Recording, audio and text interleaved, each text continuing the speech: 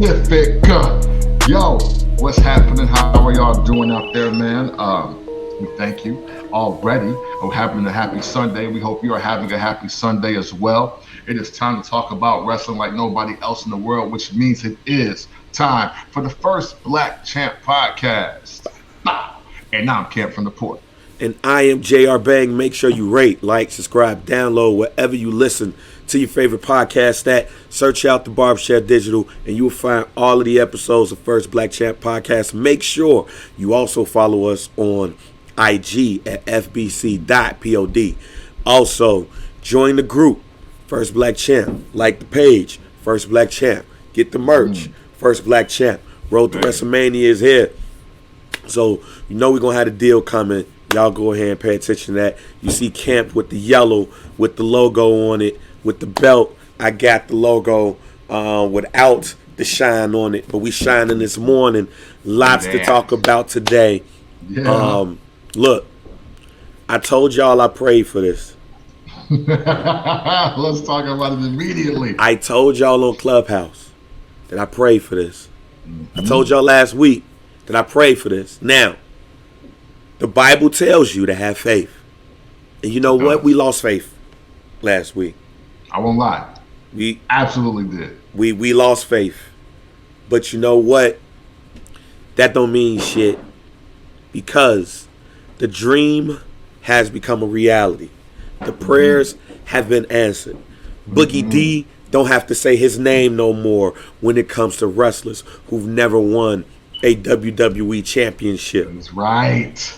Raw is nothing but the hurt business. The business of hurt. The hurt business is booming because now we have the tag team championships on Raw being held by Shelton Benjamin and Cedric Alexander. The hurt business. But even more important than that, the new reigning, defending WWE World Heavyweight Champion is Roberto Bobby Lashley, the CHO, the Chief Hurt Officer of the Hurt Business. CFO works too. That works Chief too. Fuck you up, officer. You goddamn right. Officer, whatever. The Chief I'll beat your ass. Champion. It's now. The CEO is now the world champion. Yeah. Fam, how do you feel about that? Man, one, let me say, I apologize. And I am still just from the era where the opportunities with the storylines and how they set up and how they move around, it don't just go like this. So I want to apologize to Bobby Lashley because I sat on our platform just last week and said everybody worried about WrestleMania but fucking Bobby Lashley. We know now. We know. So I was like, yeah, you know what I'm saying? So I was like, so he about to phase himself out. And, The Miz is actually going to give you great mic moments leading up to Mania. He's going to oversell for Drew. Like, it's going to be a real thing. But, man, never in my life, Bang, have I been happier to be wrong. Man. Never have I been happier to be wrong as fuck on our platform called the First Black Champ Podcast than I was on Monday night. Bruh. Because in great squash fashion, too, by the way. Yeah. We watched Bobby Lashley, a black man in America, win the WWE Championship. Not a assist from Vince. Not a feel-good story of nostalgia and triumph over a tragedy. But no, hey, this is my shit now. Nobody can't fuck with me. I should be the champ. I'm getting the belt. And we getting the fucking belt. Beautiful. Right. It was like, because granted, right? Kofi Mania winning the title, that was a big thing. And that was a big thing. That was an emotional thing. That was an emotionally driven thing. Yeah. I seen the image of the WWE put out there. They put The Rock out there, and of course, we respect The Rock for being a champion of color You know what I'm saying? Black and Samoan.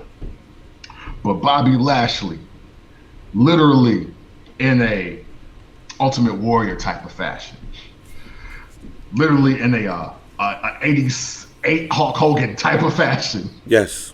just won the WWE Championship on Monday Night Raw. Like, I don't think people quite understand that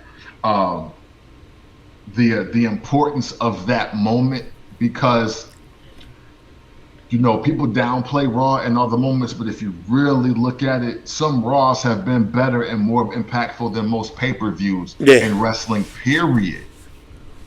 This, to me, is one of those moments when we look back on it. So I'm extremely happy. I'm happy for Bobby Lashley. I'm happy to be wrong. I'm happy that this is right. I'm happy that we for the first time ever, well, I won't say first time ever, because we got to give respect to The Rock, I believe, on this day. Yes. But Bobby Lashley is about to go into WrestleMania as the champ.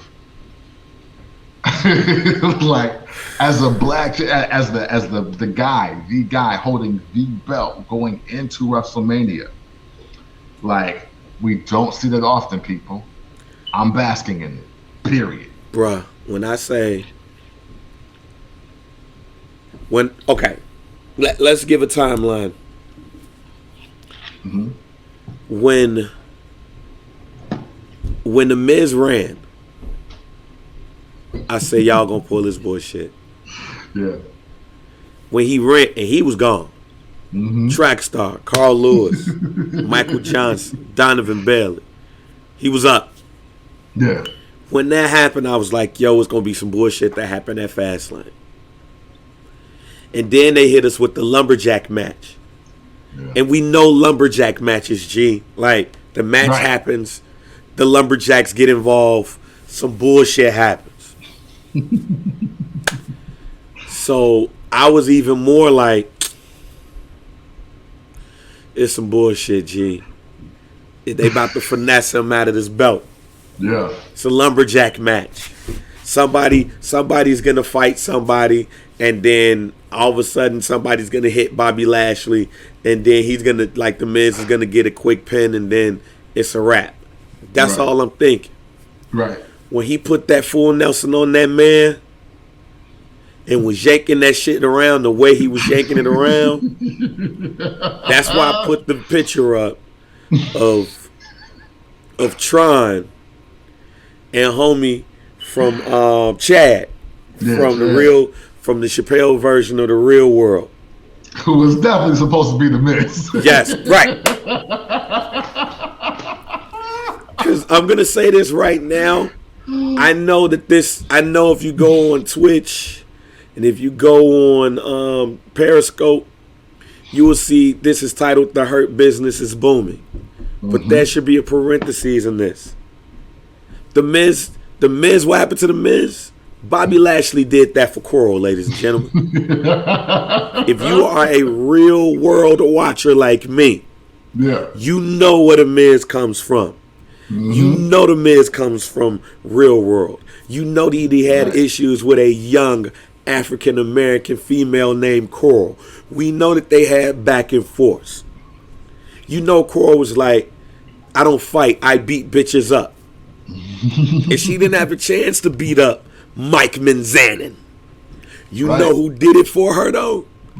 Bobby Lashley. Bobby did that shit for Coral, ladies and gentlemen. What you saw, what Kemp just told you, is that Chad from The Real World is the Miz. That whole setup is the Miz. The man looks like a fat version of the Miz. Tron whipping his ass is Tron whipping the Miz ass. Bobby Lashley is Tron. That's why I put that photo up.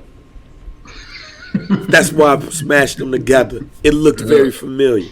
And I want to applaud Bobby Lashley and the writers for knowing history. Knowing pop culture history. When the Miz tapped out, I'm even going to go like this. If you had white people that you went to school with and you black, you probably bullied one of them. Let's be honest. even if it was the majority of them in there, you probably had one white kid that you put in a full Nelson and was like, can you get out of this? And they couldn't get out of it. You might got in trouble by security because you put them in the move so hard. They like, I was just playing with Chad. Don't even worry about it. You know what I'm saying? That night was you. They see right. how red they get like around the neck, and your fingerprints is the red. Yes. Yes. Yes. You know this. Oh, no. That was for you. That was you. When Jay-Z said, I'm paying niggas back for what they did to the Cold Crush, that was Bobby Lashley and The Miz on Monday. Man. Yeah, man. That fool Nelson had all of the power from Coco Beware coming into the WWE with a damn bird, with Tony Atlas becoming Saba Simba, Ron Simmons coming in as Farouk, for them not giving Bad News Brown a fair shot at a title. Start. Shit, for The Rock having to come in and be his dad, well, be his granddaddy again. For The Rock, this is for the people that's mad at The Rock like us for being Contel Pro. Man. Even though we love The Rock, he was Contel Pro, ladies and gentlemen. Yeah, absolutely. This is for people that was like, yo, why does the black guy got to come in and be a shaman? Man. And Papa Shango. This is for all of that, ladies and gentlemen. Yeah. This is for Mark Henry have to come in and wearing that red, white, and blue. Right. And shit looking bright as hell. This is for all of that, ladies and gentlemen. Bobby Lashley paid all of that back with one full Nelson. If you saw how hard that full Nelson was locked in, you know Bobby Lashley was like, hey man, you taking this tonight. Right. All of that. That was for all of that. All of it. That was for Junkyard Dog when Ric Flair was calling him out his name. That was for Booker T. Yeah. With the Triple A shit. That was for all of that. That was for the Street Profits losing their tag team belts to two white men and not properly getting the title shot again, which was recent. That was for all of that, ladies and gentlemen. I know it might sound like I'm preaching. I'm hoarse right now. I'm not sick. My voice, it's just been a long week. But part of that long week had some celebration. And I celebrated with Bobby Lashley winning the WWE World Champion and being a black man who's going to be going into WrestleMania the World Heavyweight Champion. I hope he goes over on Drew. Yeah. Or whoever the fuck he wrestles. Yeah, hell yeah. You know what? But you know what? On one of those nights at WrestleMania, the last match of the night is going to be a black man defending the World Heavyweight Championship. You're damn right. And for that, I ain't even gotten to the representation part. Yeah. I'm talking about the full Nelson. Right. And how that shit was applied. With the souls, with the power of the souls of our ancestors in that bitch. Miz is like, yo, Bobby Lashley is powerful, but not like this. Yes, because the souls of Sweet Daddy Siki and Bearcat Wright and men like him had the power that we could have broke the Miz's neck. That's how much the power of our wrestling ancestors was in that. Oh, shit. Oh. That's what the Miz felt. He felt something that he will never ever feel again. The power. And it all starts with Coral. Because he did Coral wrong in the real world. Back to New York. Super facts. Yeah, that wasn't quite David and Tammy, ladies and gentlemen. That wasn't. You have to be that wasn't. Miz now know what Quarrel was preachy to him about off of that motherfucker Full Nelson. But now let's go to the representation. Because Jonathan Hood, I talked about this last week, and I talked this a week before. How Jonathan Hood, and he said it here too, representation matters in this point of wrestling. It gets no better when it comes to representation. Trey gets to look at the screen and see a world champion that looks like him. There was a tweet that I saw. I think I saw it on the Wrestling Classics Twitter, Instagram page, where he put up a picture. Somebody created a mural that had that photo that you referenced. The Rock, Kofi, Bobby Lashley. And it was a black kid holding up the belt. And some white motherfucker says, why does everything got to be about race? Now, The Rock came in and he said something about it. The MVP, who I'm going to talk about in a second too, came in and said something about it, and they really ignored Buddy ass. But I want to say this loud and clear. You know what? This ain't about race. This is about representation. Right, exactly. Don't get it confused. Yes, Bobby Lashley is black, but this is about representation. So don't get the two confused. See, you've been used to seeing a champ that looks like you, which in turn makes you believe that you can be that. I don't look at Hulk Hogan. I didn't look at Hulk Hogan in, let's say, 87, 88. I didn't look at the Macho Man. I didn't look at Ric Flair. Champions that I remember in the 80s when I started watching wrestling. I didn't look at Shawn Michaels, Diesel, some of these others, and said, I can be that. Right. No fault of his own, and not really caring about the shit that's happened afterwards. I looked at Ahmed Johnson and was like, yo, we could be Intercontinental Champion. Word. Yeah, facts. I looked at D'Lo Brown like, okay, Intercontinental Champion and European Champion. We could hold two belts at one time. But very rarely we can look at a champion and say we could be that champion. The head, the world champion. It's not about race here. It's about representation. Yes. So don't get it confused. When we see that black man winning that championship, we ain't just jumping out the window with the race card. We're jumping out the window with the representation card. The same reason that a Hispanic male can look at Eddie Guerrero and be like, yo. Thank you. Same thing with Rey Mysterio. The same reason why a Scottish cat can look at Drew McIntyre. An Irish cat can look at Sheamus. It's not necessarily about their race, their nationality. It's about them being represented. Right. And to keep it a buck, it can't be, if we was going that deep, if we want to get our Dr. Umar on, Bobby Lashley was once married to a black woman. They got a divorce and now he got a white wife. So if we was really on our race Dr. Umar shit, niggas will say fuck Bobby Lashley.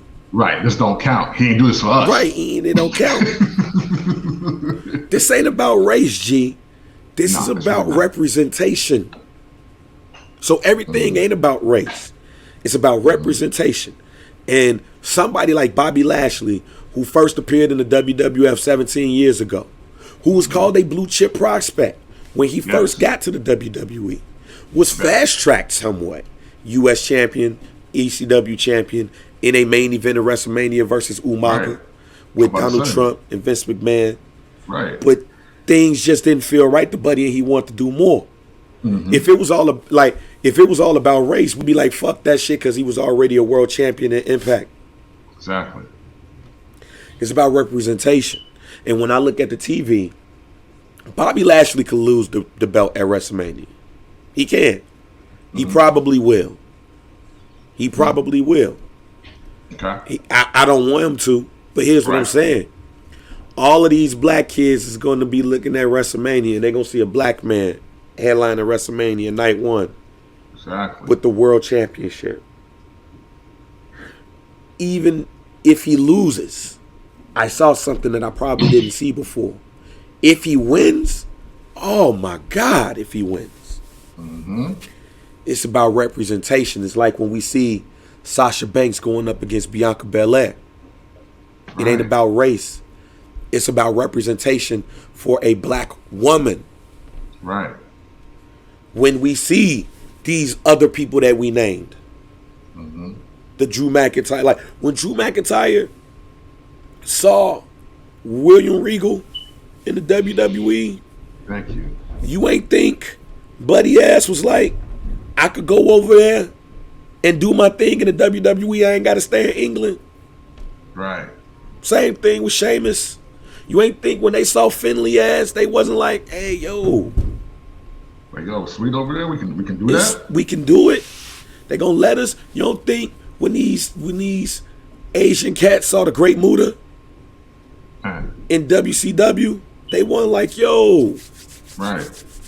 Smaller wrestlers. You don't think when smaller wrestlers saw the cruiserweight division, they didn't think that they had a chance in the Giants, the corporation of the Giants. Right. But then they see the cruiserweight start doing their thing in WCW, like, yo, we can go to WCW. Representation. Right. Women, you don't think when they started seeing Lita and Trish do their thing the way they was doing it? Right. Representation. Everything ain't about race, sir. Right. It's about representation.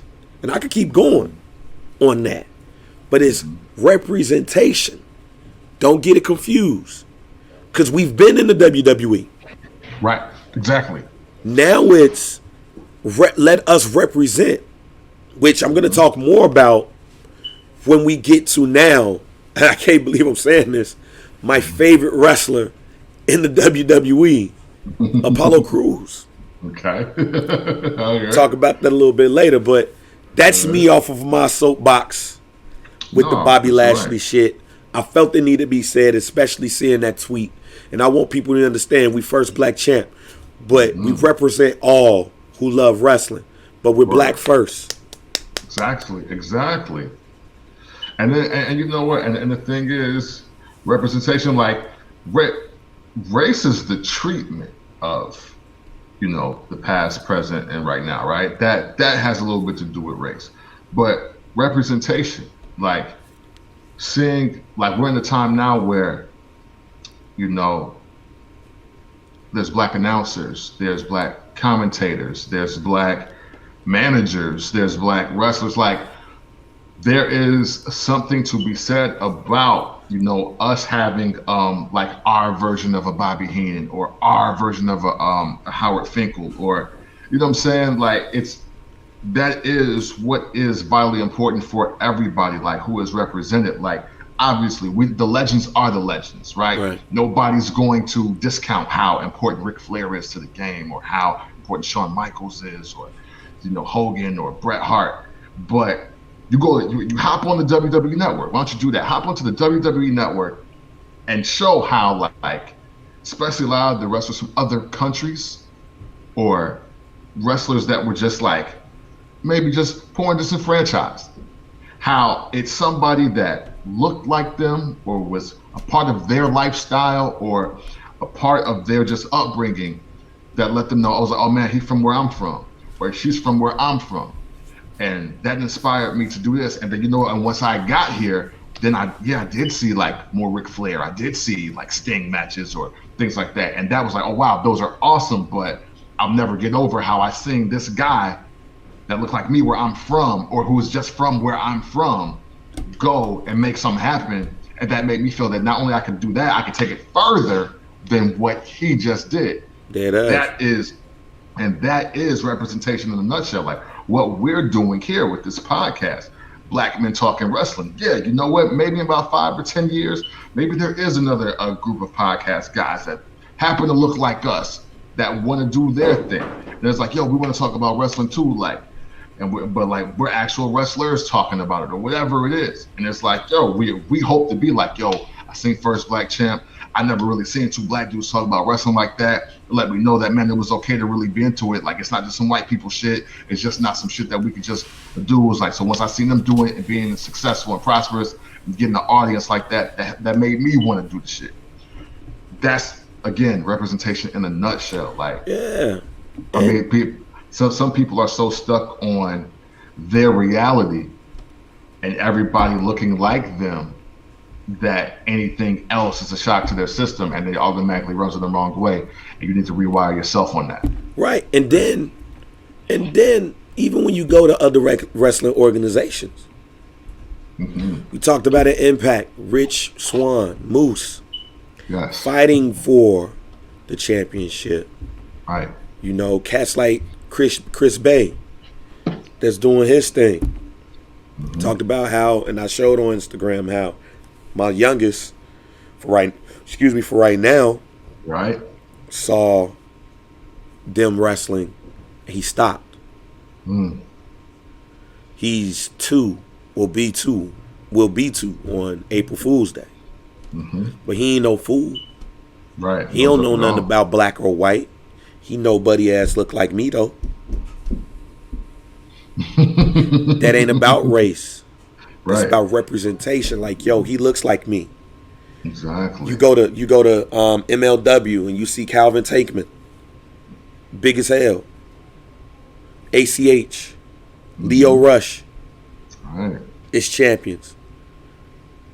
Jordan Oliver's light skin. Myron Reed.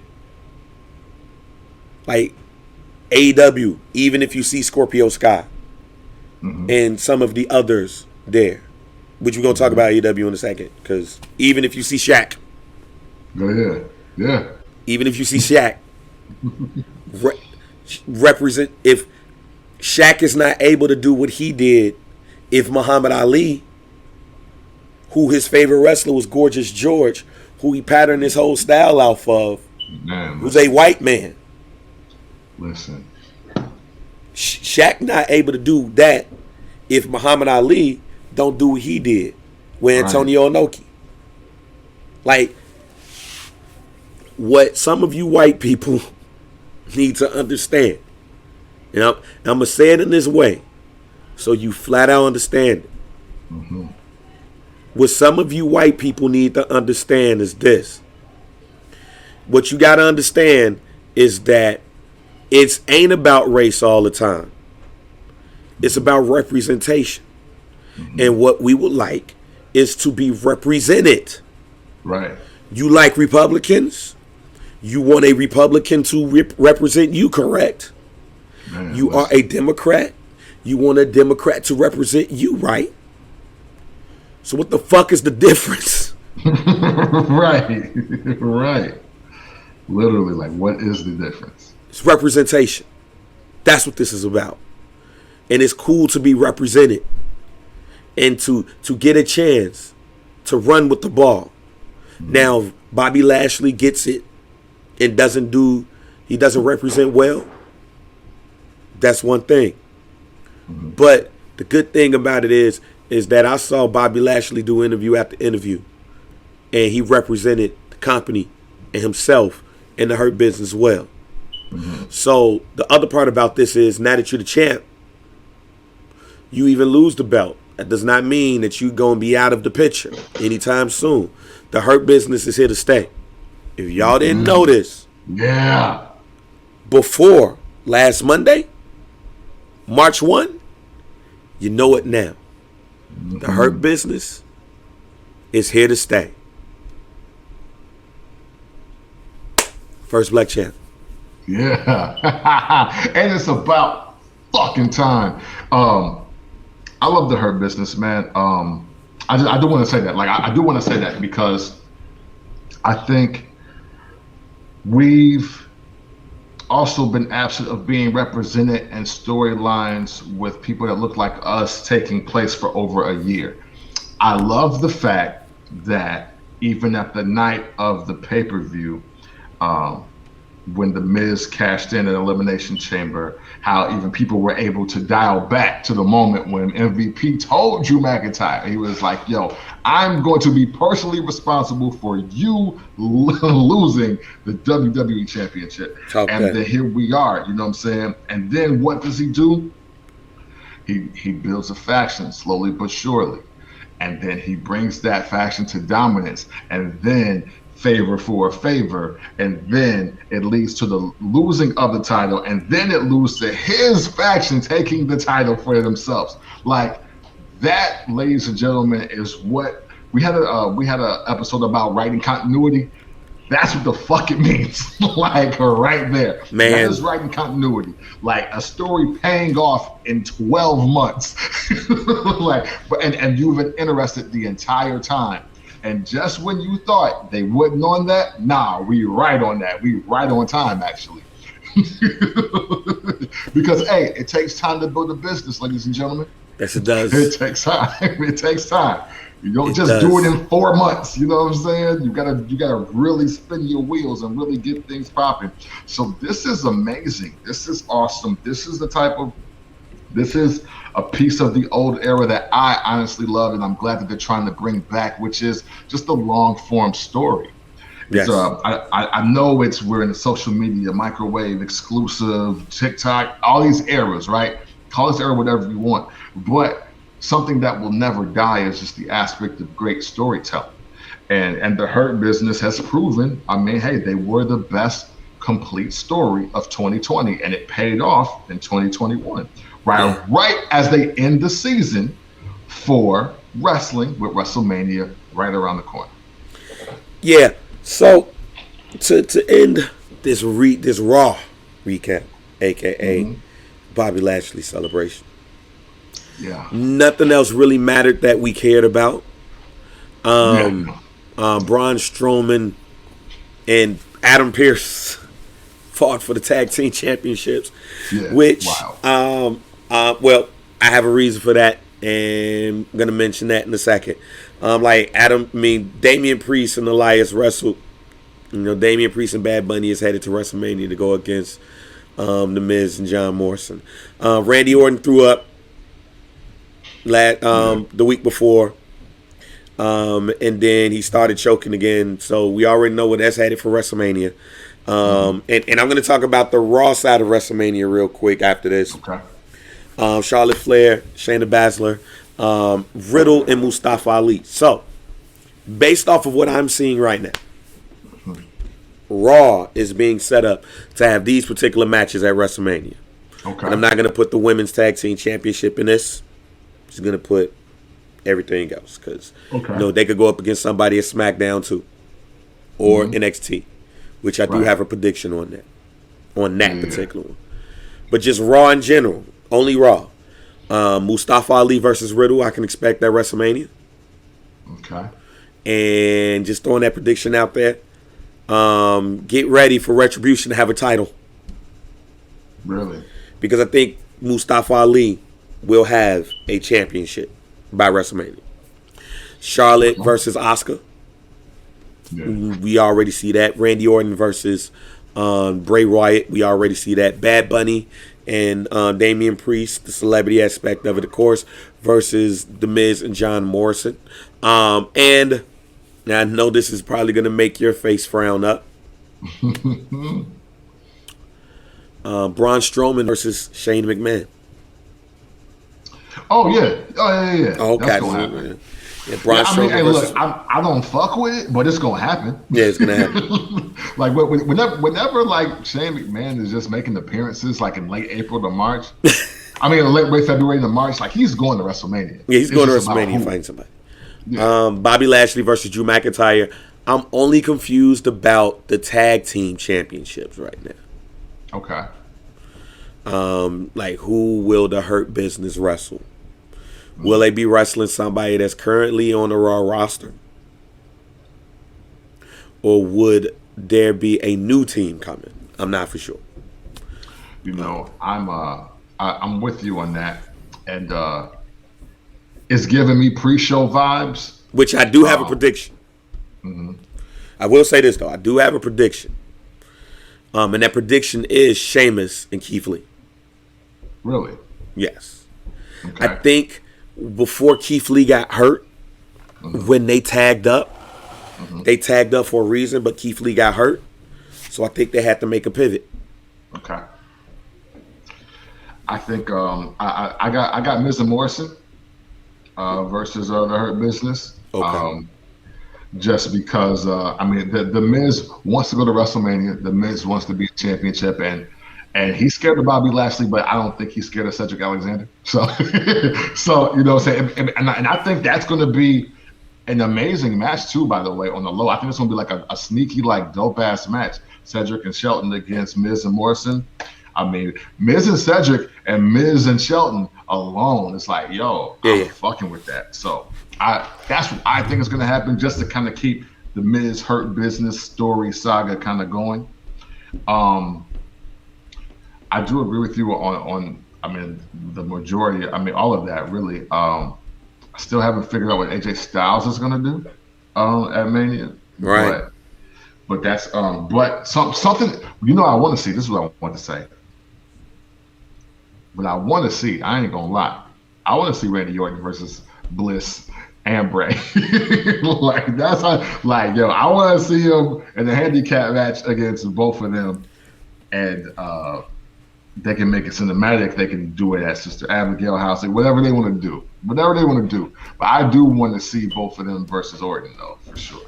I ain't mad at that too. I'm not mad at that at all. SmackDown.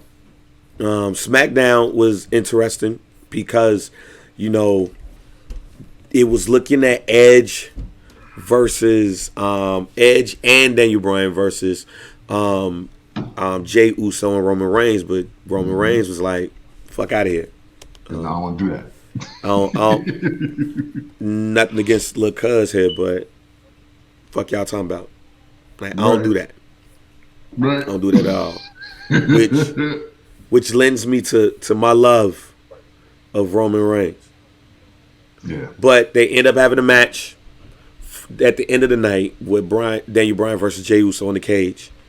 And whoever, if Daniel Bryan wins, he gets the title shot. We all know that that's the title shot, so we're going to go from there. We're going to move on from there. Right. Because there was some interesting things that I believe that happened. Not a lot, but some interesting things I think that need to be mentioned. That I think is going to lead to, some dope matches at WrestleMania. For example, Montez Ford and Angelo Dawkins, the Street Profits, excuse me. They went up against King Corbin and Sami Zayn. It was weird because they had a singles match for each, so that takes the focus off of the tag team championships, which more than likely at Fastlane they're gonna have a number one contenders match. The winner goes up against the Miz. Not the Miz, excuse me, but Dolph Ziggler and Robert Roode at WrestleMania for the Tag Team Championships. I predict that is going to be, of course, the Street Profits. So seeing the Street Profits at WrestleMania is going to be dope. In a match where, when you look at it, let's keep it a buck here. Champions being represented or fighting for championships. This is going to be the most black people are represented at WrestleMania ever in life. Ever. In life. Beautiful thing. Because Bobby Lashley with the belt, Bianca Belair, and Sasha fighting for the belt, with Sasha being the champ. I don't know if Reginald is going to be in play for Sasha because she slapped him, treated him like a little bitch. Or if Reginald is going to be with Nia Jax and Shayna Baszler, because Nia Jax was like, no, little boy look cute. We'll see how that goes. You got the Street Profits fighting for a belt. You got the Hurt Business, who might be defending a belt. There's no better time to be a wrestling fan that's black for the WWE. So you have that one. But one joint that I thought that was interesting, I didn't even expect homie ass to be back, was Murphy. Yeah. It was weird because, and I'm going to tell you why it was weird. And it just shows you how much I hated the Mysterio storyline. And to your point when you was talking about continuity, how this storyline had no fucking continuity at all. Nope. The last time we basically saw Seth Rollins before he left was him fighting Murphy and ending that feud. And Buddy Murphy goes with the Mysterio family. Yep. The next time he comes back, Buddy Murphy is asking him if he needs help in dealing with Cesaro. Mm-hmm. The fuck? Like, that was confusing to me. I mean, but what makes it even more confusing, I mean, I think we all forget, too, though, because they then continued this with Corbin. Yeah. And they literally, the last image we seen was Murphy was a part of the Mysterio family. Like, everybody got along. They all hugged. They were fighting for each other. Like, bro. Yeah. Bro, I give you my blessing. Yeah. You know what I'm saying? Like, they turned Rey Mysterio's mic up for that. So, like, yo, and all I've been thinking is, like, so Murphy ain't gonna try to fight Otis? What? He just hurt your pop-in-law, man. Like, now they could give me the excuse of, well, Murphy and Shorty had a bad breakup or some shit. But no, you're gonna have to really thoroughly explain how the next time we see Buddy, he's going back to the dude who fucked him over. Yeah. Say, hey man, I'll help you on this Cesaro shit if you need some help. Right. Like, but Cesaro versus Seth Rollins, I think, and I'll say this again, is going to be match of the night at WrestleMania. I think that's Cesaro's coming out party. Cesaro getting the WWE title shot. Okay. In 2021. Okay. I'm not mad at that. Because not only is he going to go up against Seth Rollins, in my opinion, at WrestleMania, he's going to win it. To keep it a buck, I would not be surprised if Cesaro was the first person to get a title shot after WrestleMania. Really? Okay. Yes. Like that. I think the play is set. I think the play is set for Cesaro. I'm not saying he's going to win a belt. So all you Cesaro should be champion niggas. Yeah. What I'm saying is I believe in 2021, Cesaro will be fighting for the Universal Championship at a pay-per-view. Okay. And I think him going over Seth Rollins helps that happening. But just like we talked about Bobby Lashley. Oh, man. You told me about this last week. I saw it on social. I got a chance to see it live. I had the chance to see them walking down the ramp in the 8K camera with two black men in army fatigues behind them, with the spear in one hand, with his American accent gone. I'm not gonna be one of these guys that shoot him to the moon and be like, yo, he should be a world heavyweight champion. Yeah. But if they do the King of the Ring again, which they should, okay, ladies and gentlemen, your new King of the Ring is our Nigerian king. My king. My Nigerian king. Apollo Uha Cruz. Yes. Bruh. If that character, now seeing it 2 weeks in a row, is any indication that Vince is willing to let you do you, if it works, if that is the perfect indication. What I do got to vent about this, it was people that I saw on social media that was tripping about the Apollo Crews character. Yeah. It's stupid. That's the dumbest shit ever. Yeah. Because he's getting himself over now. Now it's a problem, basically. That's him. Yeah. He's Nigerian.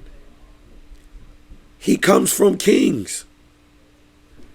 Fuck you want him to do? Be just an athlete? That was the best promo he done since the last promo. Thank you. It's improving. And now Big E really has something that he can sink his teeth into. Shut the fuck up, y'all. Who hates what you see from Apollo Crews. That motherfucker's cooking right now. With gas. Mm-hmm. And I will say this, if that character works out the way that I believe it could work out, in 2022, he's fighting in the WWE Championship match. Mm-hmm. Man, listen, man. And this is really about Apollo Crews. But I want to say this now, so I'm not in the just because First Black Champ told you first. That's all I want to say. Big E is in trouble. Big E is in fucking trouble. Talk your shit. Because this is what the fuck I was talking about. Like, this is what we talked about on Clubhouse. This is what we talked about on the show. You know, we were so happy for Apollo Crews for the United States Championship joint last year, or maybe that was 2019. I don't remember. Yeah, that was last year. That was pandemic.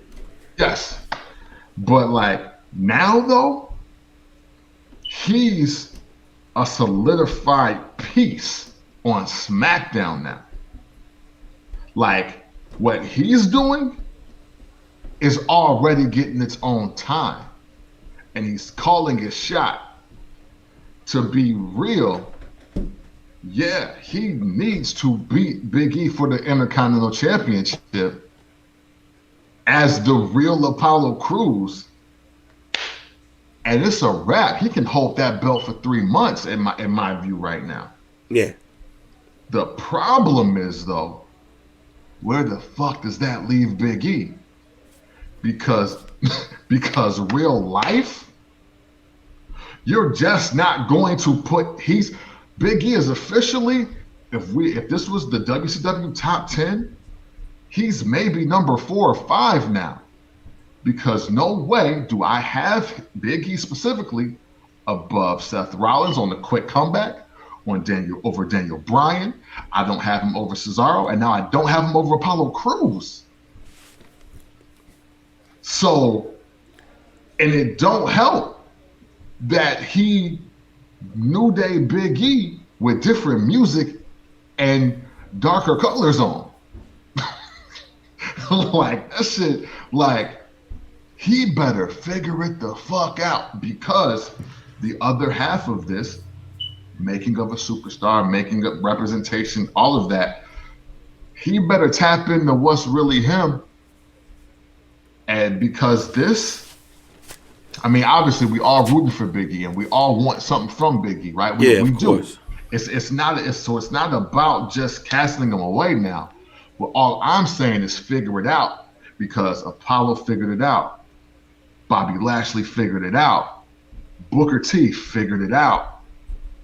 Ron Simmons, Farouk, both of them figured it out. Like, whatever is your thing for real, whatever you want to be a core of you, Xavier Woods, even though he'll probably never get a major title shot, he figured it out. Xavier Woods is a piece. Like, yo, a show is different when he's not on it. Right. You know what I'm saying? And that's unfortunately right now Big E is in a position where, yo, his character, like, you can have a successful SmackDown show without him, and we've proved it for 2 weeks, and he a champ. Right. Like, that's not good. That's not fucking good. But to just forward it into Apollo Crews real quick, because and Cesaro, because one of them is winning Money in the Bank. Right. So with that said, yeah, they do need to bring back King of the Ring for the other one. SmackDown is fucking lit. And SmackDown is fucking lit. And this is what I was talking about on Clubhouse also. because they're not just purposely stacking SmackDown. The people on SmackDown showing the fuck out. Y'all didn't think Jey Uso was Jey Uso when he was on SmackDown. Like, you didn't. Like, that, he's making that moment happen. Roman Reigns wasn't Roman Reigns until he started to show the fuck out. Now we got Cesaro showing the fuck out, Apollo Crews showing the fuck out, Chad Gable and Otis. Like, they're like that roster, right? That roster is acting like it's 2000 and don't nobody know who they are. Like, that's what I was saying. Because if you measure star power, it's way more star power on fucking Raw, and they not getting the fucking job done. Fucking AJ Styles, Bray Wyatt, Randy Orton, Shane McMahon, Drew McIntyre, Sheamus, like all the decorated champs, all of this prestige, all the history is on the 3-hour show. And now literally just everybody else is now some fucking body, and it's looking real bad. And even the guys that were up next might be getting cast to the side if shit at WrestleMania go like we think it's about to go. Yeah. This is why I hope that the King of the Ring comes back. Mm-hmm. So just to throw it out there, and I'm glad that you said this. We didn't even talk about this beforehand, so this is even perfect. I believe that the new Apollo Crews is a good way to get Big E over. Okay. So now he holds the championship. The championship don't hold him, and you build up another hand. That could be something. Mm-hmm. So this is my guaranteed hope. Okay. Big E goes up against Apollo Crews for the Intercontinental Championship at WrestleMania. Big E wins the Intercontinental Championship. Because I'm not even opposed to him dropping it at Fastlane and getting it back at WrestleMania. I'm not really cool with the quick transitions, but I'm not opposed to it. Right. Because then the face chases the champion. Yeah. But he wins it back in a glorious fashion in his hometown of Tampa, Florida. Makes sense. But let's look at this.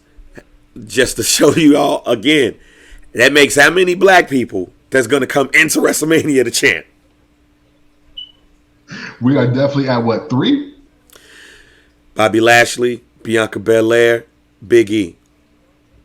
Hurt Business. 4. Oh yeah. Oh yeah. 4. Yeah. No, 5, because it's the tag team. Oh yeah, 5. 5 people, ladies and gentlemen. Yeah. And possibly 2 matches that's black on black. Yeah. With Bianca Belair versus Sasha Banks and Big E versus Apollo Crews. Now, and imagine Apollo Crews coming down the ramp with the. I'm just saying. I'm just throwing that out there. I digress. My bad. I digress. Hard. Apollo Crews loses the belt, but now that he's had the belt, then let's say a little bit after that, they decide to do the King of the Ring on Raw and SmackDown. And then at one of the pay-per-views, they have the winner going up, the 2 winners for the shows going up against each other. Who said that he wants to fight for that? Who on Raw said that he wants to be the next King of the Ring? Xavier Woods. Yeah. Versus Apollo Crews. I like it. New Day connection. I'm gonna get Big E back for taking my shit by beating his man's ass.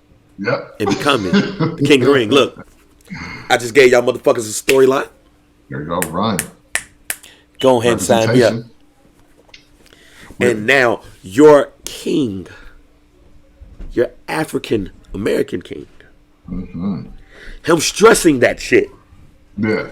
Your African American king, Apollo Crews. Address me as such. Address me as my king. Whatever that shit is in Swahili.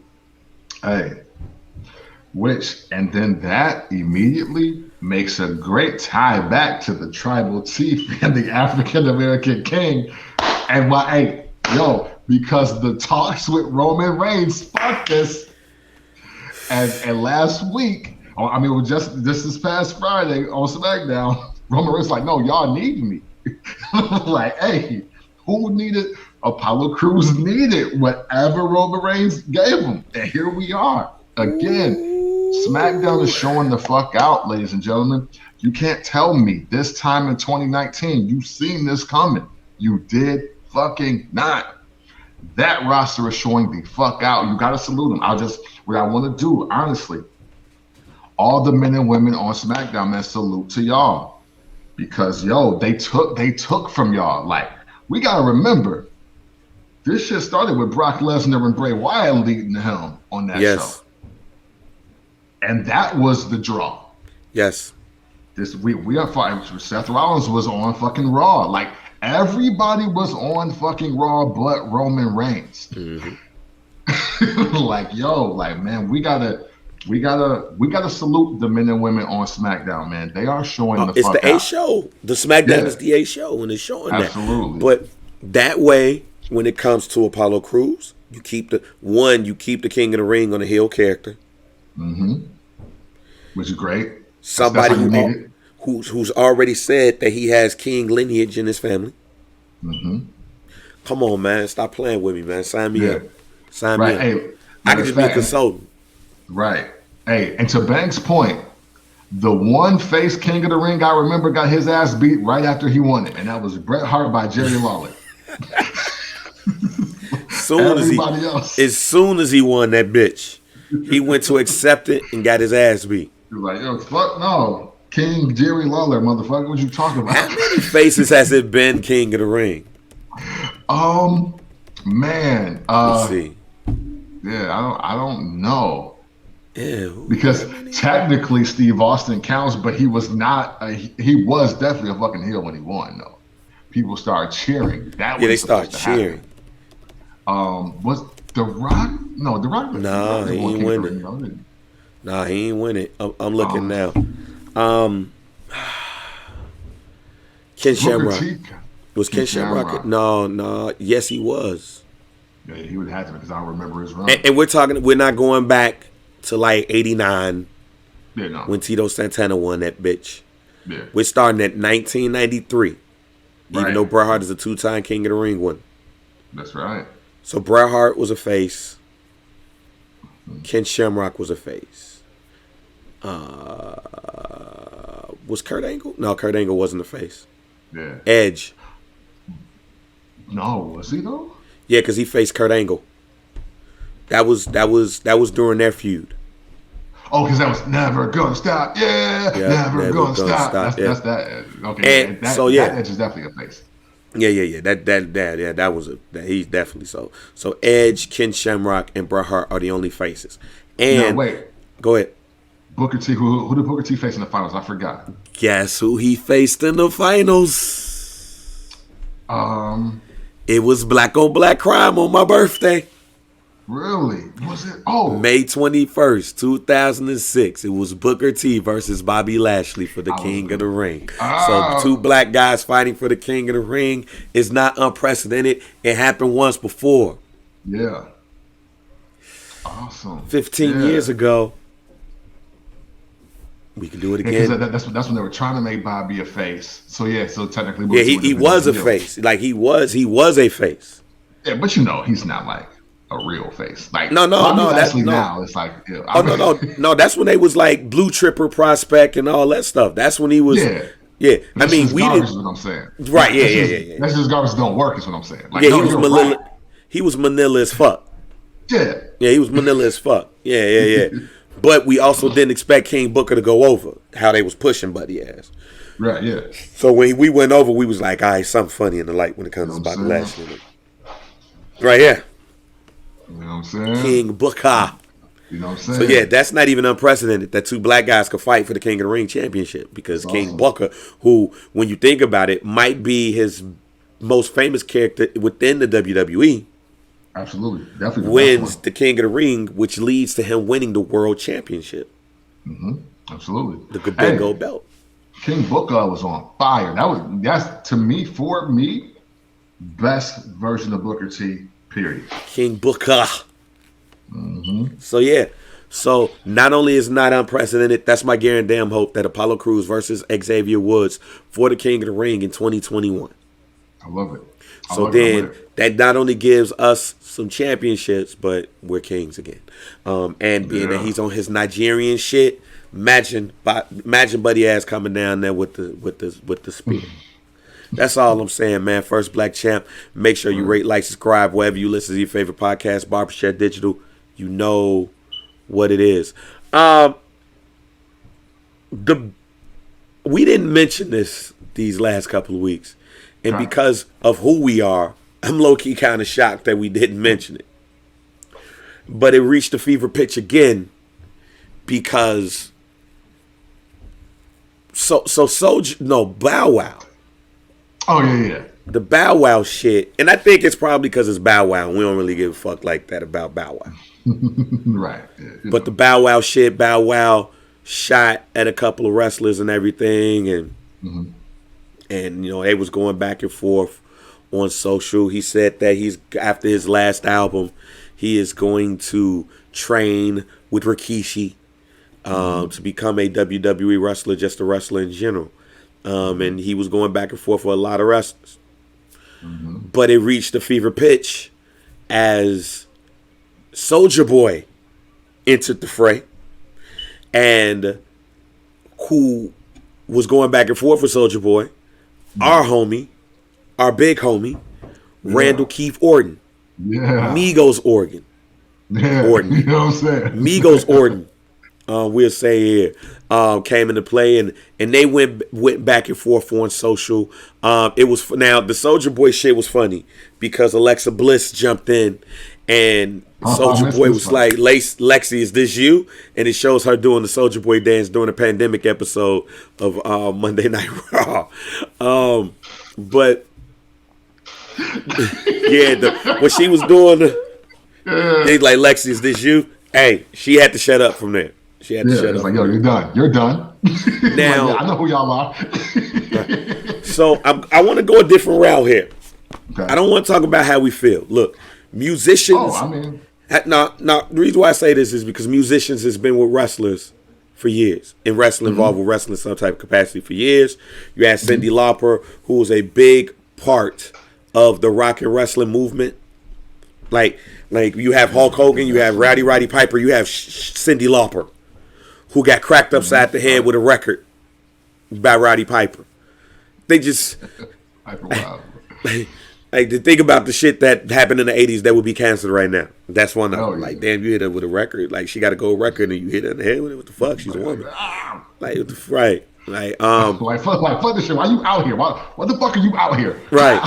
Like, we've seen the countless amount of people that Vince McMahon has had sing America the Beautiful, especially R&B singers, Ray Charles to Jennifer Hudson, Gladys Knight, Aretha Franklin. So, Run DMC had the WrestleMania rap at WrestleMania 5.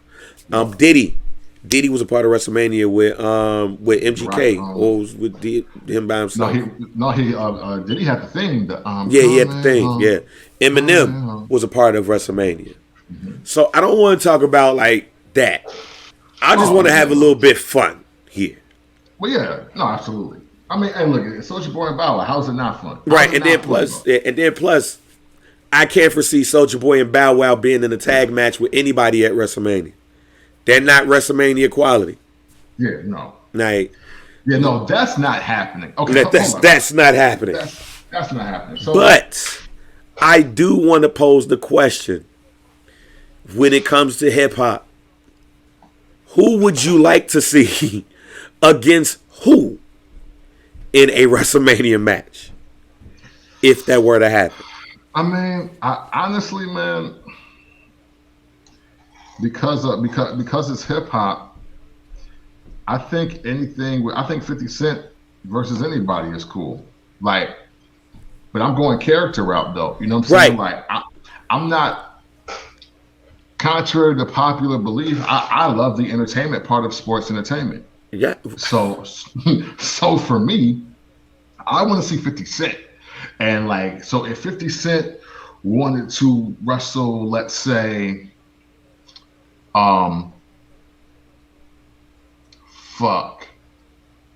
See the tricky part about this is, and we know this because we're adults and we've worked in business, these rappers is only big around other rappers.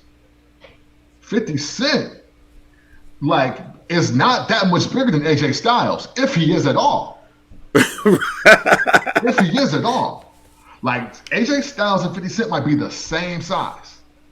So with that being said, I'm not jumping out the fucking Bray Wyatt versus 50 or him versus Roman Reigns. It's like, no.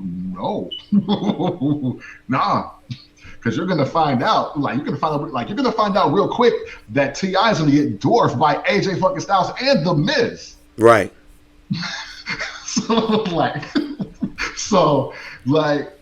Yeah. You need to throw these motherfuckers on 205 Live if we're keeping it a bean. Like, because 56 foot is bigger. Yeah. Okay. Yeah, he's 6 foot. So 50 Cent and AJ Styles is actually a dream match. Right. On the law. It's funny that you said that too, because you said earlier that AJ Styles, I wonder what they're gonna do with him at WrestleMania.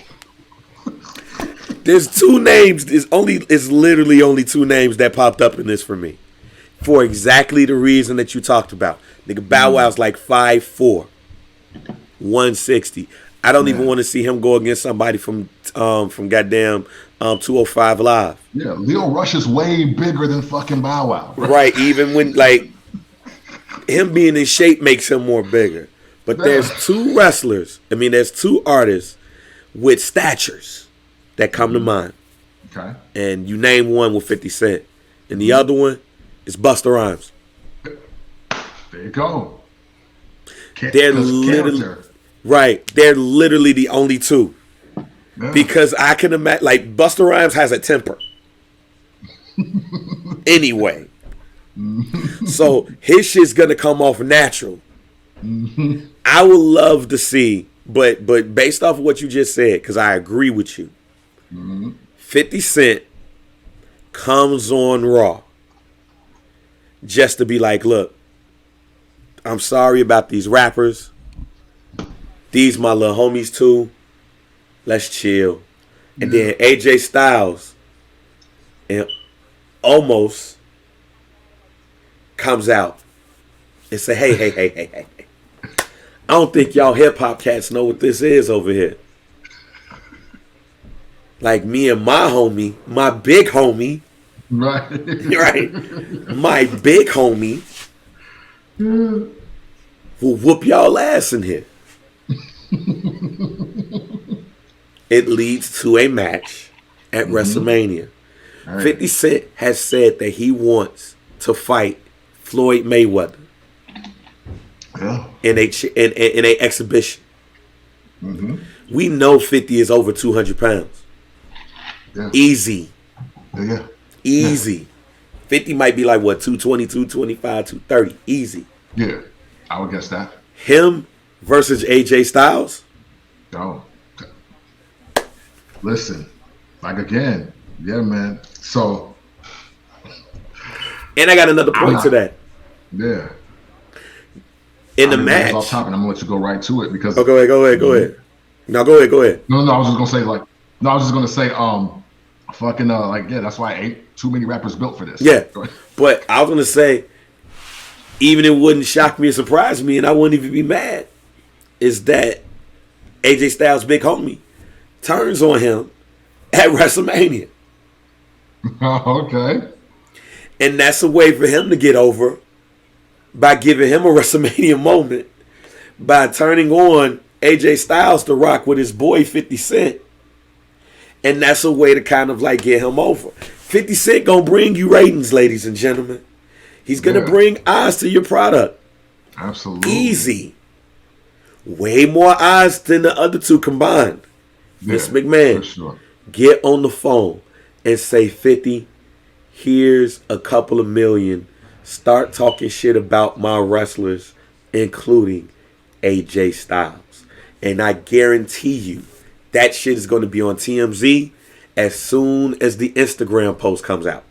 Word, hey, listen, because look, 50 Cent is a master marketer. No matter how y'all feel about the tactics, he's a master marketer.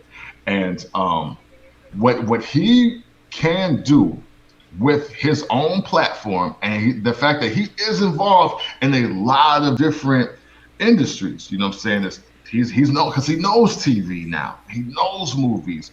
He knows selling beverages. He knows books. Like 50 Cent is a very viable attraction to a WrestleMania that can draw some revenue dollars. He's got one of the biggest rap songs ever in fucking life. He has one of the biggest rap albums ever in fucking life. There is a big portion of the WWE universe that knows exactly who the fuck 50 Cent is. Yep. And that is not a bad play at all. Like the only other people that you could get that wouldn't be a good fit for the ring are Diddy and Jay. Yeah. That is it. Nobody else is built for this space in all the aspects of the sports entertainment than Curtis 50 Cent Jackson, no question. And to keep it a bean, as you just said, keeping it going to what you said, like he's one of the most recognizable rappers of all time. Mm-hmm. Like he's in that Shaq. I mean not Shaq, excuse me. He's in that Snoop Dogg. Yes. Boat. Oh, yes. Sorry, the other guy. Yeah, he's in that Snoop right. He's in that Snoop Dogg boat where if rapper A goes anywhere, no matter where you are, you know who he is. Yes. So, again, Vince, get on the phone. Say, Curtis, this is what we're going to do. And we want you to be at WrestleMania. Get in shape. You versus AJ Styles. We could do it in a cinematic match. He could come to your hood in Jamaica, Queens. Come on, man. That's what gonna be where Omos is from. He just want to go stop at the spot real quick. Man. Imagine the WWE filming some shit in Jamaica, Queens. A street fight.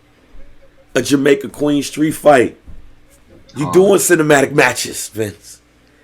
Do one 50 versus AJ Styles. Mm-hmm. Book it. Book it. Book it. Oh, no, that's me. Okay. Book it. Book it, fam. I'm telling you to book it. And you will see that this joint right here would be lit. It would be lit. Yeah, absolutely, man. It takes a certain caliber.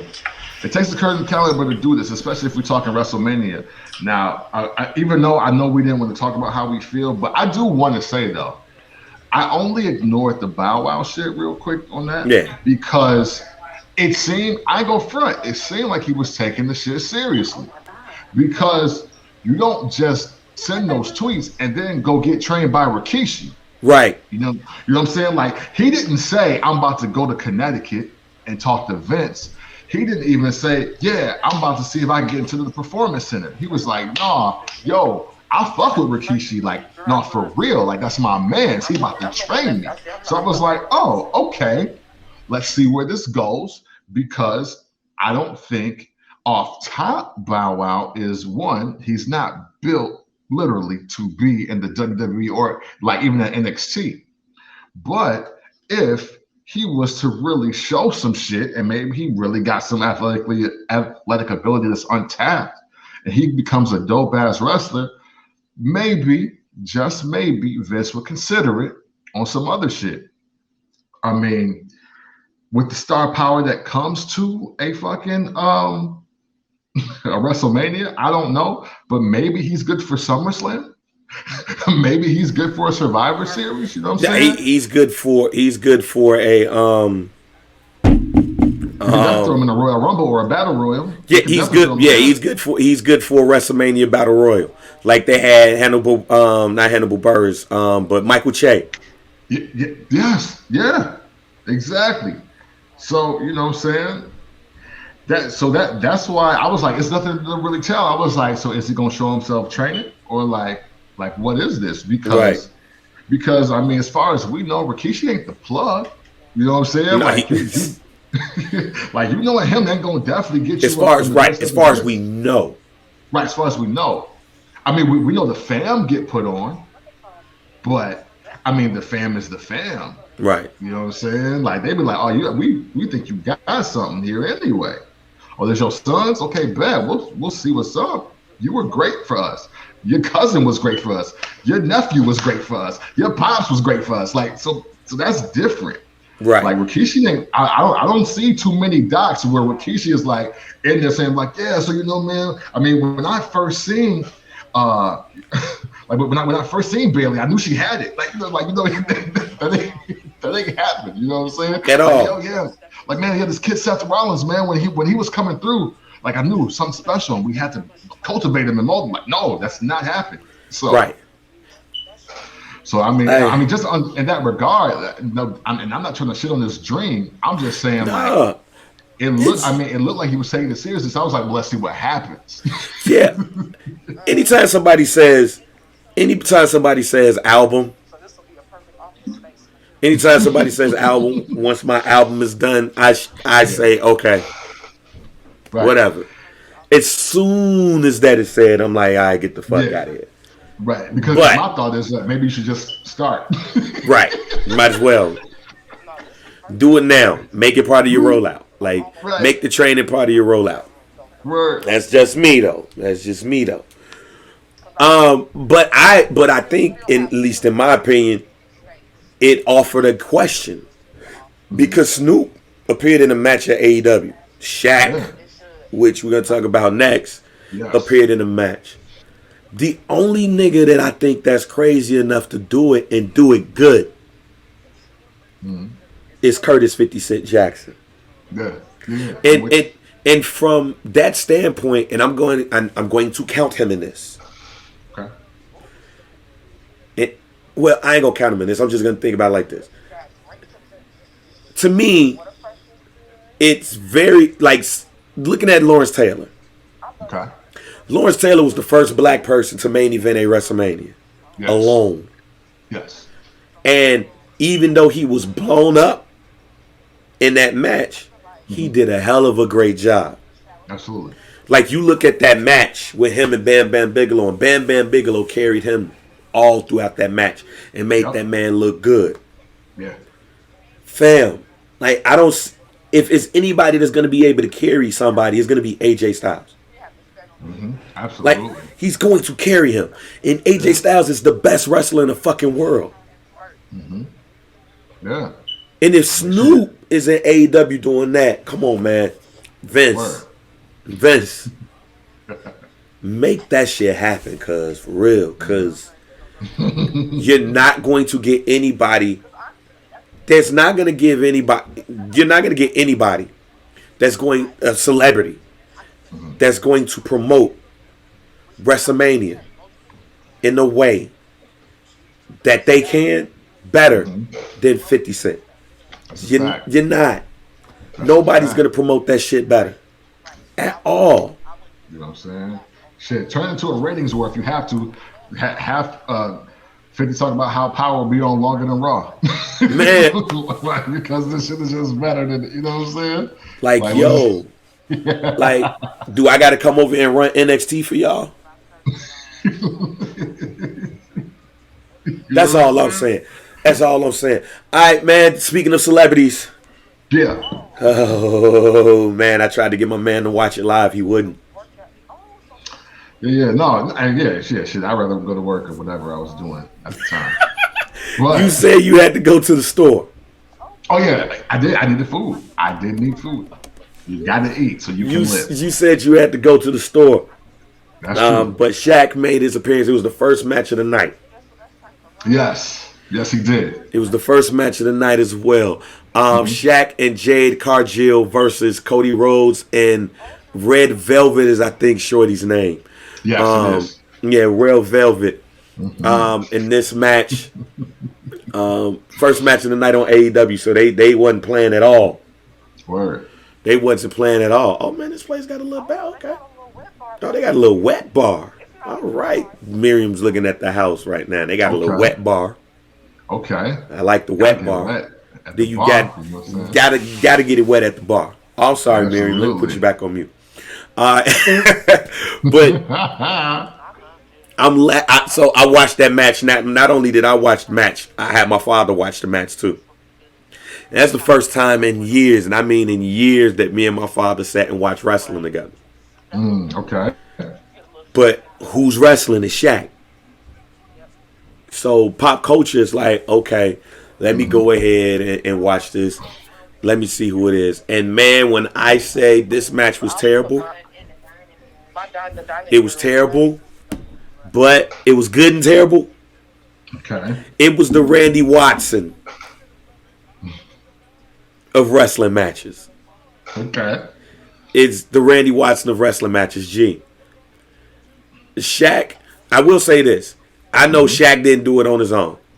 But them doing the tribute to Brody Lee with the power bomb was dope.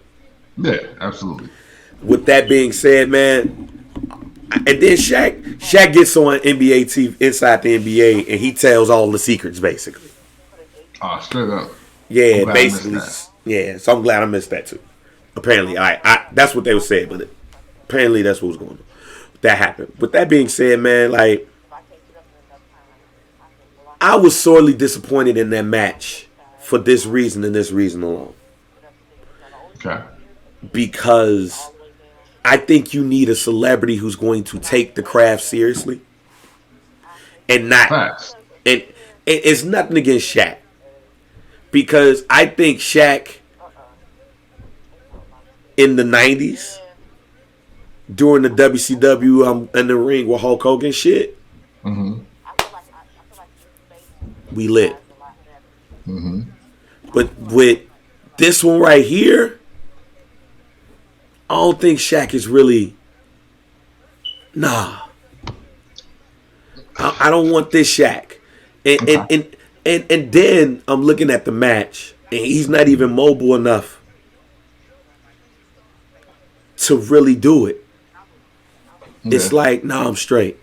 And then looking at the match too, he's green, Jade Cargill is green. Like, you could tell everything is telepathed. Okay. Like, you could tell who, like, I know we just got through talking about 50 Cent versus AJ Styles. I don't want to diss Cody Rhodes here, but this might sound like a true diss. Okay. I didn't see Cody Rhodes being good enough to carry a match. Really? Okay. Like, when you look at that match, I didn't see Cody Rhodes good enough to carry a match. Didn't see it. Okay. AJ Styles, Shawn Michaels, people like that, able to carry a match.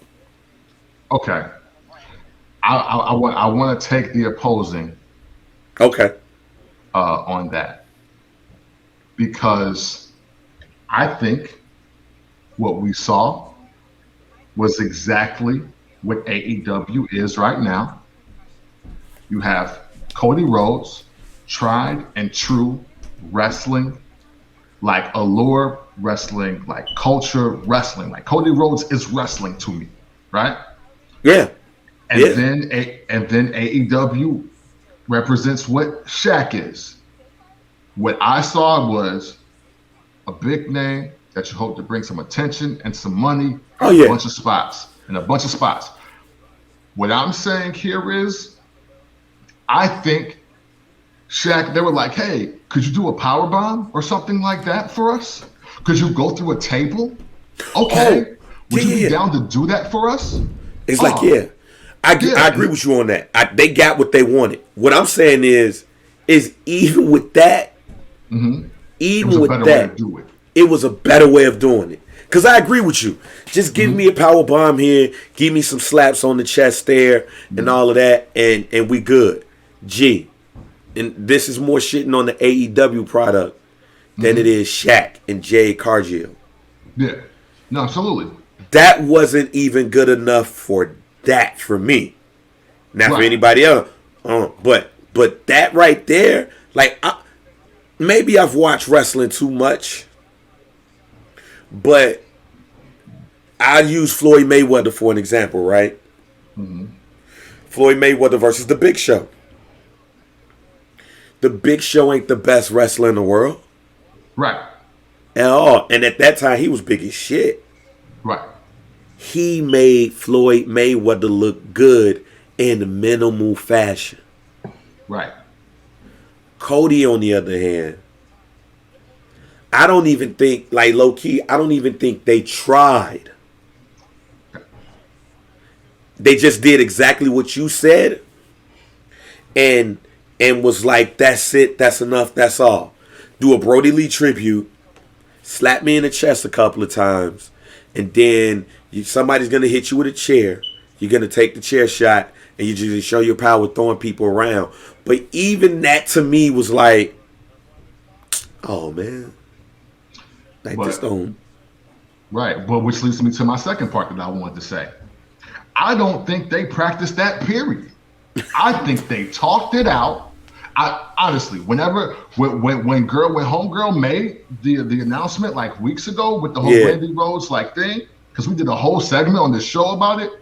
I don't even think Shaq. I think all Shaq did was schedule that he was going to be there. That's all I think he did. I'll be in Jacksonville. Honestly, right, and I honestly think he just put it in his calendar.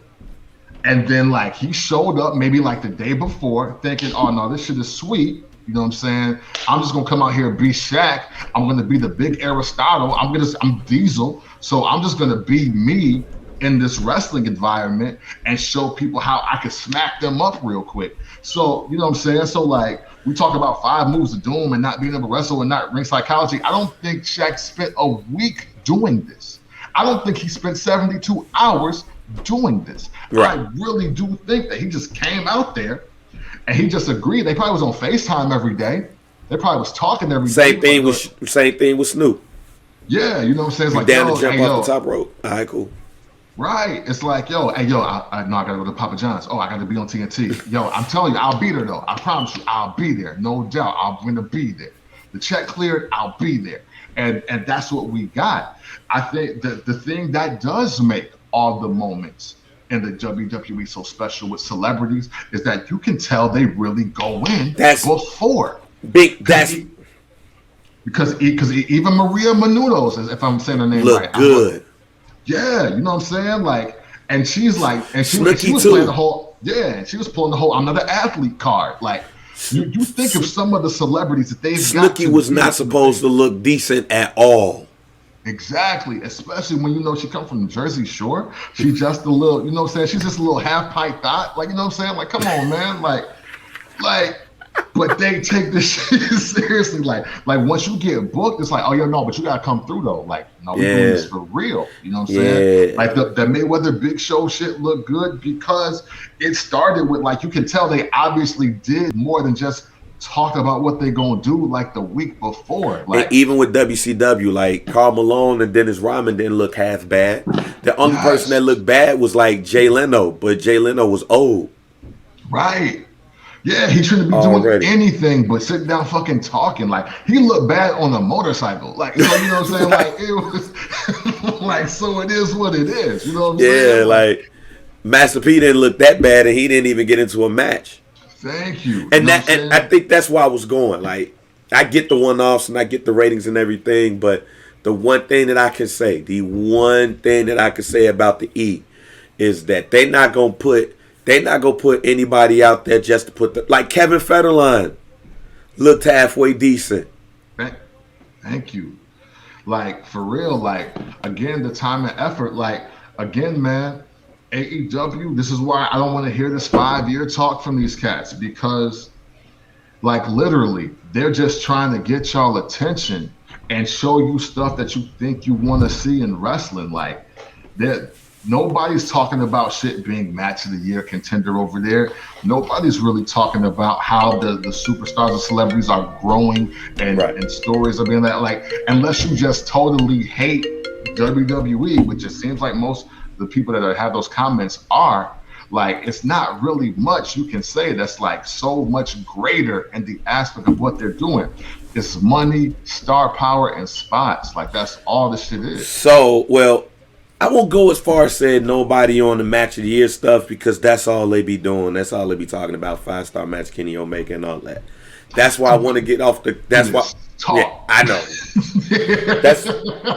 That's why I want to get off that, and I want to get off what's going to happen tonight. We record Sunday morning.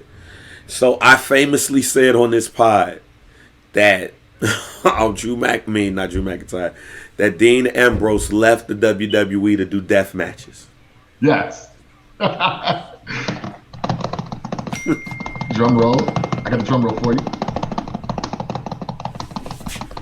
Yep. He's doing it.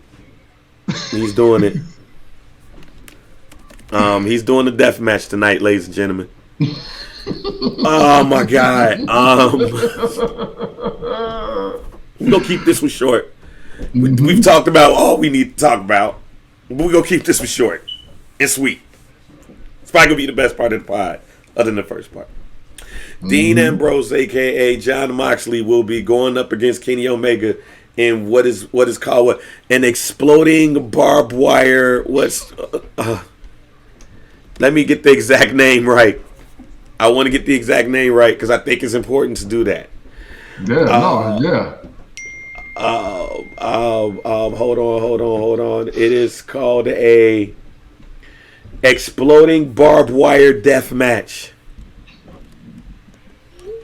And real quick, I want to say this, and this is because this is the point that I'm getting at when I say like they don't care about the 5-star matches, right? Go ahead. I want to be clear as a person who was a teenager during the entire Attitude Era. Yep. That I wasn't fucking with this type of shit back then. Like, so fuck that. I want to go farther than that. So that's why I say I'm gonna go farther than that. So I remember getting an episode of Pro Wrestling Illustrated, a magazine, and they had a death match in there. Yeah. I think this death match went a little bit too far, and like the first couple of rows, like burnt up or some shit or whatever. Like the flames and shit got out of hand. Let me just say this right now. As you just said earlier, you like the entertainment part of sports entertainment. Like, I know I laugh at people when I see them go extra hard about shit online because they take the sport seriously. I would never call it fake. I would never call it phony. But at the same time, this is Days of Our Lives. This is All My Children. This is One Life to Live. This is TV. Right. It's entertainment. And I respect everything that they do. Right. Facts. But this right here, why? Like, why? Why? Nancy Kerrigan, why? Right. Holding my knee, why? Where everything that can and will go wrong in wrestling that we've seen. Broken legs, broken arms, broken necks, death. This is a match we trying to do. Man. Just to see blood. Because we gonna see blood tonight. So y'all just want to blood. Y'all want to bleed together. I'm not a fan of seeing that shit at no indie joint. I'm not a fan of seeing that shit in Japan. I'm not a fan of seeing that shit anywhere. Because to me, it's like, what's the point? Now, do you though? Because I'm going to find a stream of this. Okay. Like somebody is going to show me this. I'm going over somebody's house that like wrestlers going to order this shit. Because I do want to watch it. Okay. Here's why. I want to watch it. I want to watch it only because I want to see the stupid looks on niggas' faces. Especially around me. Concerned. Because I've seen enough of these to know, like, this ain't my cup of tea. Right. Yeah. This ain't. But y'all want to see anti-WWE so bad that a motherfucker say, yo, we got an exploding barbed wire death match. And here's the other part about this, my G. He left to go do death matches and he's probably going to lose tonight.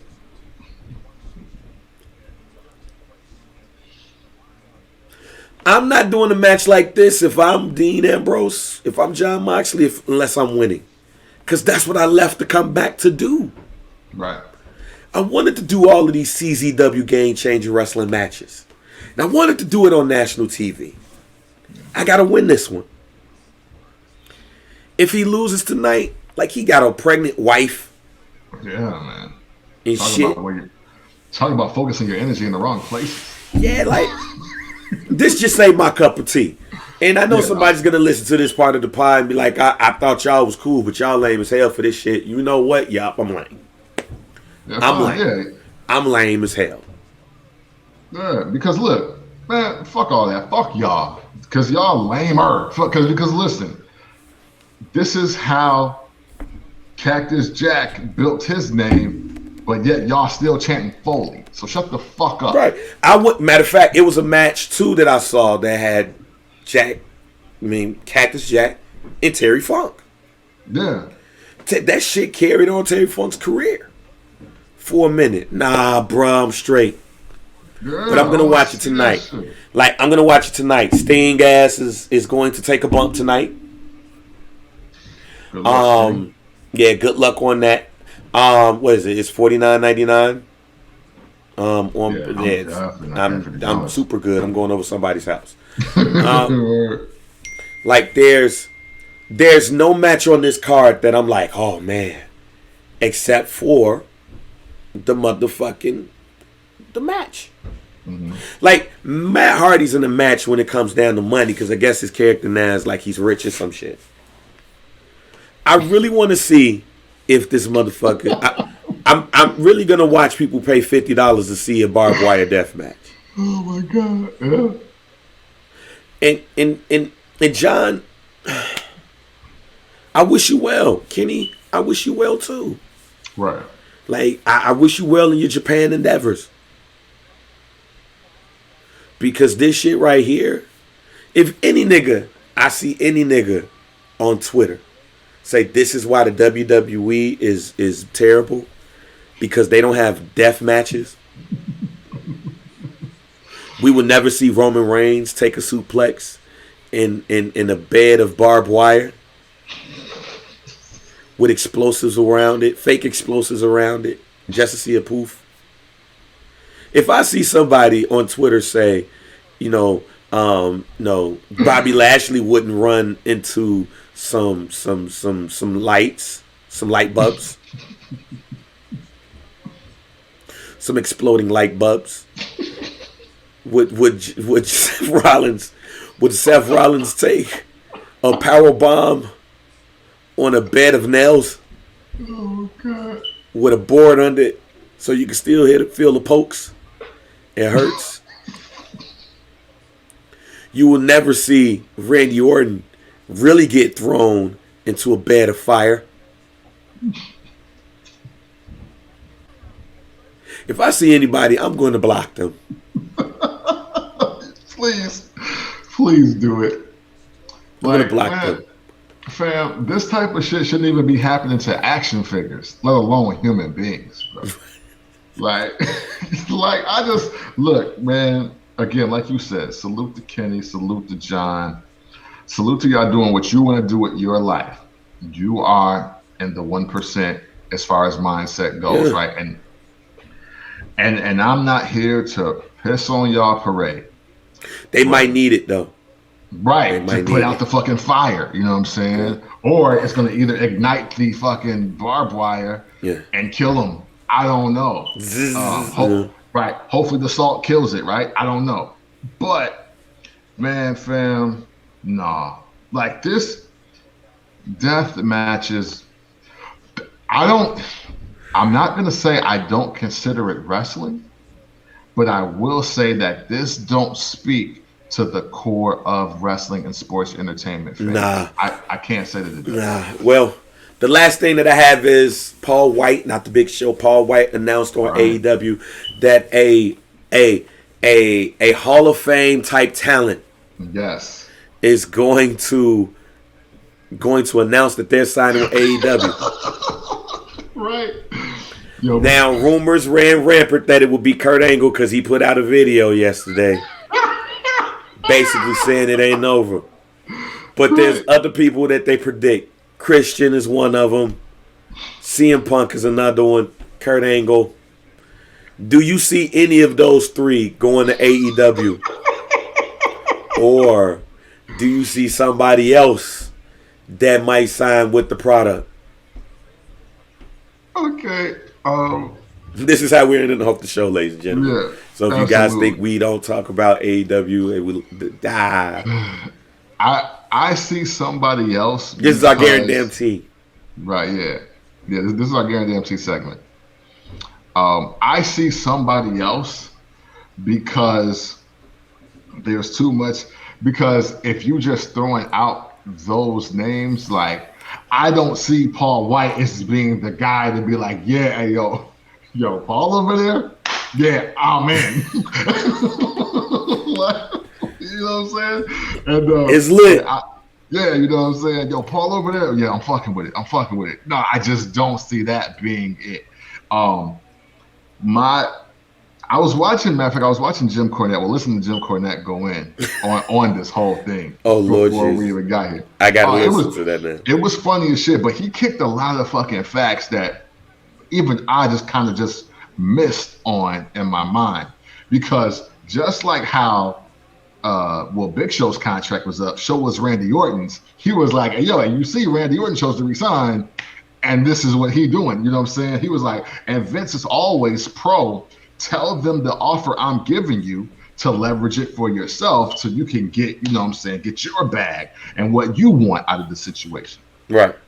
That whole thing was a whole thing on itself. I do recommend watching the clip that he has out from his show. Yeah, you got to text me that. But my thought on this is real simple.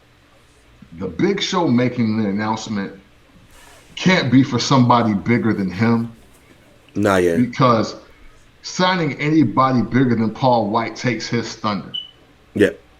You know what I'm saying? So, and plus, in the capacity that he appears to be being used in out the gate, like, hell no, it's not CM Punk.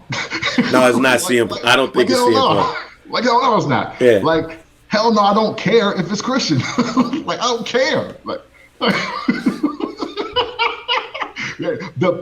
I will say this though, but I will say is this though. The best thing it could be is a woman, because that division needs more help than any fucking thing. Okay.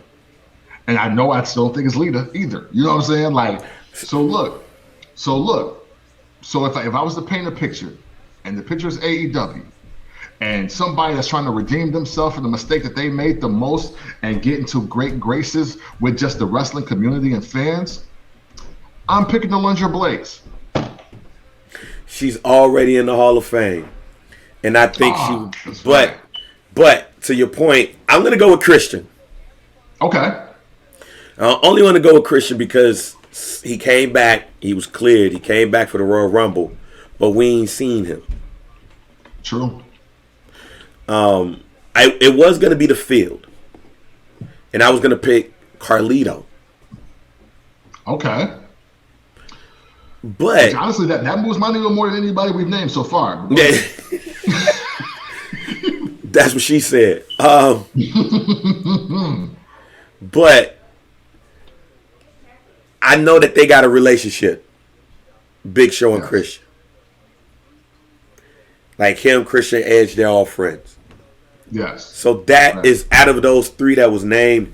That was the and the big Kurt Angle talked about the Big Show on his pod, and he said he was shocked about Big Show leaving and all of that. They just gave him a TV show and all that shit.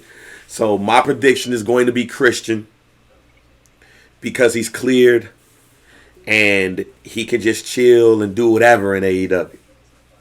My dark horse is Carlito. Okay. But I'm going with Christian here. So, yeah. We'll see what happens, man. We will see what happens on social media when that person pops up. I don't think it's anybody, as you said, I don't think it's going to be anybody that's going to move the needle for me. Because Carlito will make me go, oh, okay. Right. But see, Carlito, for me, makes me think you give a fuck about wrestling. And for me, Carlito Carlito is just like, okay, You're just gonna put him here to lose matches against like random niggas that I don't know. So I'll say I'm gonna say it's a woman. I don't know who. I doubt it's Molly Holly. Which no joke, because they were all on the table for 3 together. Molly Holly crossed my mind. Yeah, she did cross my mind. But like, yeah, I mean, and like Molly Holly's gonna look at the champion and be like, "I can beat you, you Japanese person, you." Right. So yeah, I mean, I'm picking a woman because that countersets the Big Show's announcement and arrival. Oh, I'm sorry, Paul Wight's announcement. Paul White. Well, man, that's it. That's all, man. We gave our guarantees. We gave you the salute to Bobby Lashley. We talked about all things wrestling and Black and everybody else. Shouts out to Apollo Crews and all that stuff. Yeah. Fast Lane is in a couple of weeks, so next week we'll have our predictions because we'll probably have a little bit more matches. We only see 2 right now. And my other prediction when I said when I was talking about women, I got a feeling that they're gonna have the 2 ladies at NXT go up against Nia Jax and Shayna Baszler for the title because of what they did with Adam Pearce with that shit. So that's why I said that. So man, go ahead. I was gonna say to your point. I was gonna say that my other real guarantee bonus one is the women's tag team championship will be defended at the next takeover. That was what I was gonna say. That too, which might lead to WrestleMania because the next takeover is April 8th, and WrestleMania is April 10th and 11th.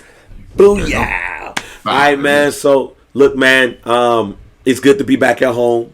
2 weeks in a row. The cable man wasn't interfering in shit, so we got through the pod. We got through the pod all straight and carried away. I even looked at a house that I'm about to, I guess, go look at now because they told me to come see it now. So we'll see what happens. So, hey, man, congratulations to you on next week. Congratulations to you on next week and everything that you got going on. Less stress, less free, all things about love that you've been talking about and all of that stuff. You've been feeling real free. Yeah. Still free balling too. I'm sure. Enough of that. No real time post. No real time post. So end us off. Yes, hey, listen, always, we appreciate you, every single one of you, every single week for tuning into our show. The likes, the comments, the banter, the photos, the memes, all of it. Always greatly appreciated. Fuels us to keep going and do what we do. So we cannot do the show at the level we'd like to do the show without you. So thank you. And always, remember, if you ever want to talk about wrestling in an unconventional way, you do so by checking out the first Black Champ podcast. Camp, bang, we are out.